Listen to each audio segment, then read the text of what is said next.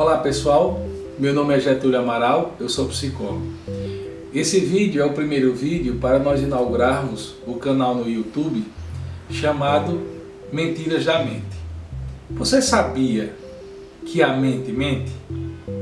Que nossa mente tem algumas armadilhas? De antemão eu pergunto para você, do que você tem medo? Para vocês terem uma ideia, a questão do medo é muito interessante. É uma das armadilhas que a nossa mente muitas vezes cria. A revista Sunday Times, no ano de 2015, fez uma entrevista no Reino Unido com 3.000 pessoas.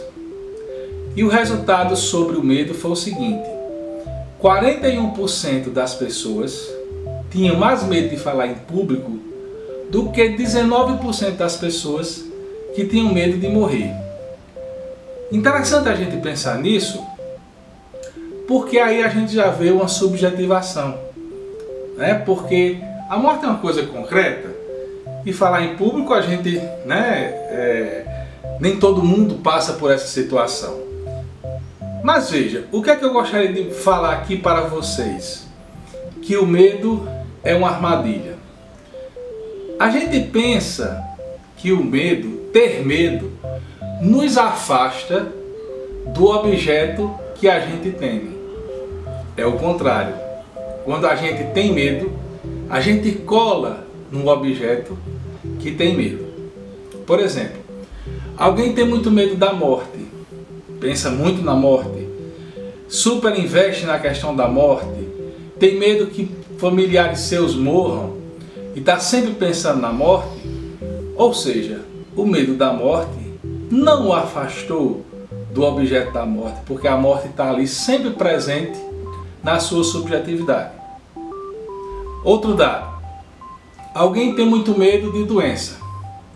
E aí essa pessoa com medo da doença só pensa em doença, nos sintomas, sabe sobre a questão dos remédios, dos efeitos colaterais, aquela coisa toda, sabe tudo sobre doença.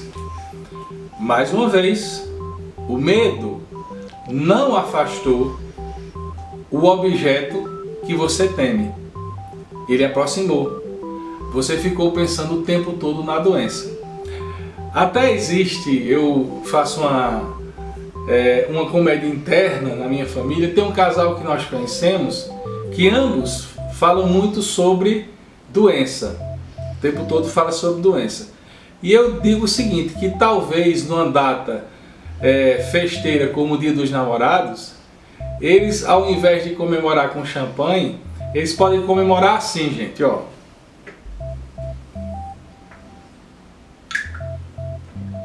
Com efervescente.